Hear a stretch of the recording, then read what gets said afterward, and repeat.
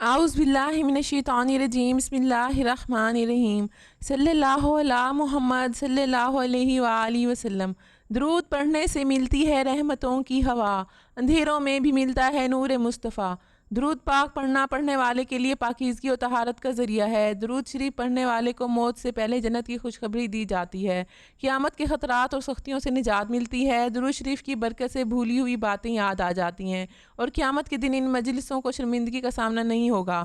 درود پاک غموں کو ختم کر دیتا ہے، تنگ دستی دور ہو جاتی ہے اور پریشانیاں ختم ہو جاتی ہیں۔ یہ عمل بندے کو جنت کے راستے پر ڈال دیتا ہے۔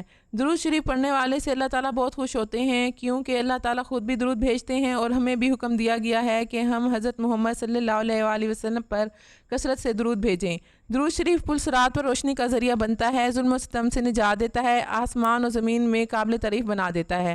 فرشتے بھی درود پڑھتے ہیں اور انسان اگر درود پڑھتا ہے تو یہ اس کے گناہوں کو مٹا دیتا ہے، اس کی غلطیوں کو ختم کر دیتا ہے، اس کی پریشانیاں دور ہو جاتی ہیں۔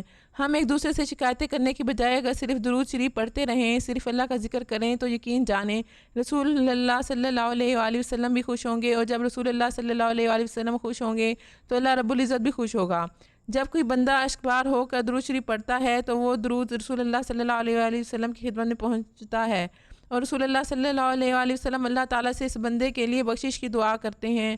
اللہ تعالیٰ اس کی زندگی کو خوشیوں سے بھر دیتا ہے، اس کے خواب حقیقت بن جاتے ہیں۔ لیکن درود صرف مقصد کے لیے نہ پڑھیں بلکہ خالص محبت میں شکرانے کے طور پر پڑھیں۔ درود شریف ایک ایسا محبت بھرا تحفہ ہے جو ہم اپنے نبی پاک صلی اللہ علیہ وآلہ وسلم کو پیش کرتے ہیں۔ جب ہم یہ تحفہ پیش کرتے ہیں تو رسول اللہ صلی اللہ علیہ وآلہ وسلم ہم سے راضی ہوتے ہیں اور پھر اللہ رب العزت ہم سے راضی ہو جاتے ہیں۔ جب اللہ تعالیٰ راضی ہو جائے تو زندگی میں رحمتیں نازل ہوتی ہیں، درجات بلند ہوتے ہیں، نیکیاں لکھی جاتی ہیں اور دنیا اور آخرت کی کامیابیاں نصیب ہوتی ہیں۔ درود شریف کے ذریعے رزق میں اضافہ ہوتا ہے، غم دور ہوتے ہیں، زندگی میں سکون آتا ہے۔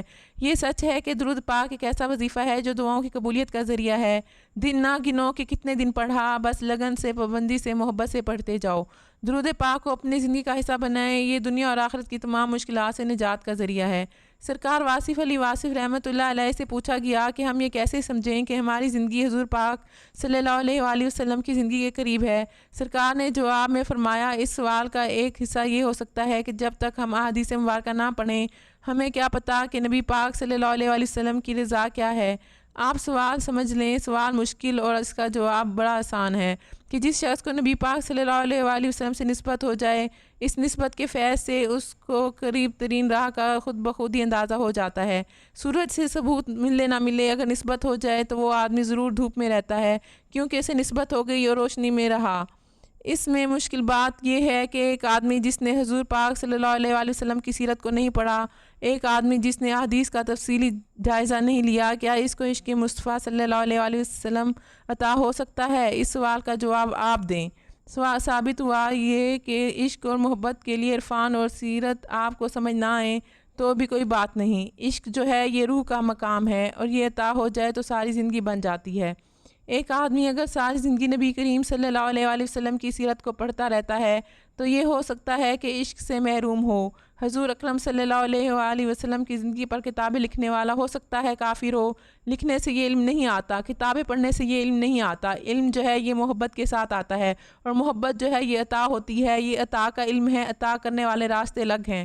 کوئی یہ عطا کرنے والا ہوتا ہے، یہ علم اس وقت ملتا ہے جب کوئی عشق عطا کرنے والا ہو، محبت عطا کرنے والا ہو، تو یہ عشق، محبت اور نبی پاک صلی اللہ علیہ وآلہ وسلم سے نسبت یہ عطا ہے۔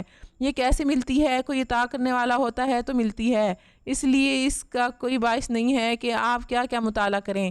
آپ محبت سے درود شریف پڑھیں، نسبت رکھیں اور نبی پاک صلی اللہ علیہ وآلہ وسلم کی امت کے لیے دعا کرتے جائیں تو آپ کو ضرور کوئی نہ کوئی بات مل جائے گی۔ کائنات میں بہت سی باتیں ہیں جن سے اللہ خوش ہو سکتا ہے۔ اللہ کے کسی بندے پر آپ نے رحم کر دیا تو اللہ خوش ہو جائے گا، اگر کسی جانور پر آپ نے رحم کر دیا تو اللہ خوش ہو جائے گا، خالق کے حوالے سے اس کی مخلوق پر آپ نے رحم کر دیا تو اللہ خوش ہو جائے گا۔ اللہ تو اللہ ہے، وہ خوش ہو جائے گا، وہ انسانوں کی طرح ناراض نہیں ہوتا۔ اللہ جس پر ناراض ہو اس آدمی کی زبان پر اپنے محبوب حضرت محمد صلی اللہ علیہ وآلہ وسلم کا نام نہیں آنے دے گا۔ اللہ جس پر راضی نہ ہو، اللہ جس کو اچھا نہ سمجھے، اس کی زبان پر اپنے محبوب کا نام نہیں آنے دیتا۔ جس شخص کی زبان پر اللہ کے محبوب کا نام ادب سے نہ آئے، اس پر اللہ راضی نہیں ہو سکتا، اور جس کی زبان پر اللہ کے محبوب کا نام محبت سے آئے، اس پر اللہ ناراض نہیں ہو سکتا۔ اب آپ کو نسخہ مل گیا تو حضور پاک صلی اللہ علیہ وآلہ وسلم کا نام ادب سے لینا آپ کا دین ہے، اور آپ دانشوروں کو یہ بات بتا رہی ہوں کہ جب آپ ادب اور محبت سے نام لیں تو یہ یاد رکھنا کہ جن کا یہ نام ہے وہ اس وقت اس حال سے باخبر ہیں۔ یہ میں آپ کو ایک واضح بات بتا رہی ہوں، میری بات سمجھ میں آئی؟ جب آپ تنہائی میں اللہ کو پکارتے ہیں تو آپ کو خبر ہے کہ اللہ باخبر ہے۔ جب آپ درود شریف پڑھتے ہیں، ادب کے ساتھ پڑھتے ہیں، تو یہ یاد رکھنا کہ جس ذات پر آپ درود بھیج رہی ہیں وہ آپ کی اس حالت سے باخبر ہیں۔ اور درود شریف کا جواب کب آتا ہے، یہ سوال بھی کیا جاتا ہے کہ درود پڑھتے جاتے ہیں تو جواب کب آئے گا؟